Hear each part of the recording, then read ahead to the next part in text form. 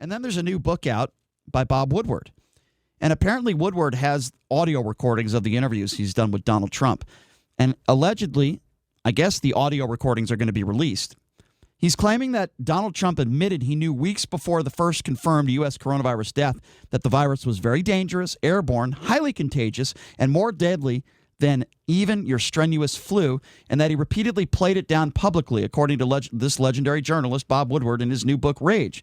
He said, quote, "This is deadly stuff." He told that to Woodward on February 7th. Yet that was the same time, around the same time, and even after that, where he was making public appearances and going to Las Vegas and holding campaign rallies. In a series of interviews with Woodward, Trump revealed that he had a surprising level of detail about the threat of the virus earlier than previously known. Pretty amazing, Trump told Woodward, adding that the coronavirus was maybe 5 times more deadly than the flu.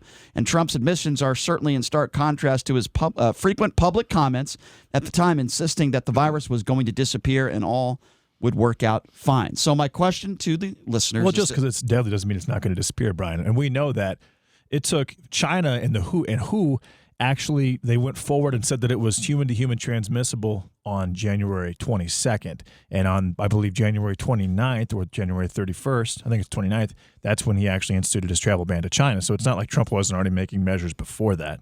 And yes, the entire world knew that it was deadly and human-to-human transmissible as late as February 7th. So this isn't by no means any type of new news, Brian. Okay, so after he told Woodward that it was 5 times more deadly than the flu and told him how serious it was, I repeat what I just said is that he was doing campaign rallies, some of which were in Las Vegas, and nobody was practicing social distancing and nobody was wearing masks, just like what took place yesterday, where you had about 20 people behind the stage that were wearing masks.